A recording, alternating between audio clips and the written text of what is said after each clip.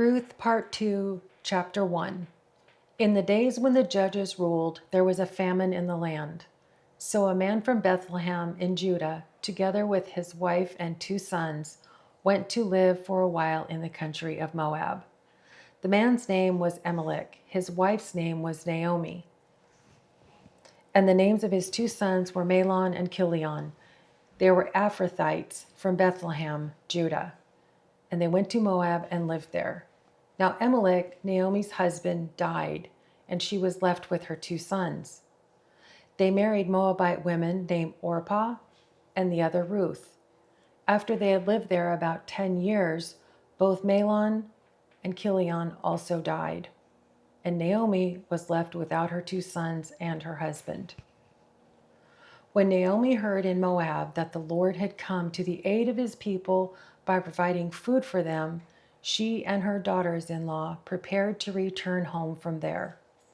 With her 2 daughters-in-law, she left the place where she had been living and set out on the road that would take them back to the land of Judah.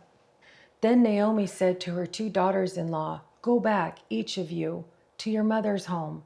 May the Lord show you kindness as you have shown kindness to your dead husbands and to me. May the Lord grant that each of you will find rest in the home of another husband." Then she kissed them goodbye, and they wept aloud and said to her, "We will go back with you to your people."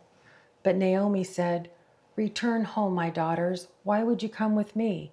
Am I going to have any more sons who could become your husbands? Return home, my daughters. I am too old to have another husband. Even if I thought there was still hope for me, even if I had a husband tonight and gave birth to sons, would you wait until they grew up? Would you remain unmarried for them? No, my daughters, it is more bitter for me than for you, because the Lord's hand has turned against me."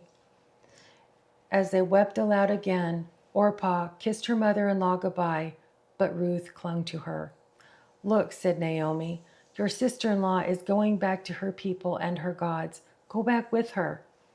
But Ruth replied, "Don't urge me to leave you or to turn back from you. Where you go, I will go, and where you stay, I will stay. Your people will be my people, and your God, my God. Where you die, I will die, and there I will be buried. May the Lord deal with me, be ever so severely, even if death separates you and me." When Naomi realized that Ruth was determined to go with her, she stopped urging her. So the 2 women went on until they came to Bethlehem.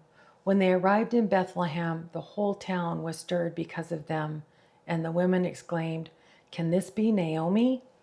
"Don't call me Naomi," she told them. "Call me Mara, because the Almighty has made my life very bitter. I went away full, but the Lord has brought me back empty. Why call me Naomi? The Lord has afflicted me. The Almighty has brought misfortune upon me." So Naomi returned from Moab, accompanied by Ruth the Moabite, her daughter-in-law, arriving in Bethlehem as the barley harvest was beginning.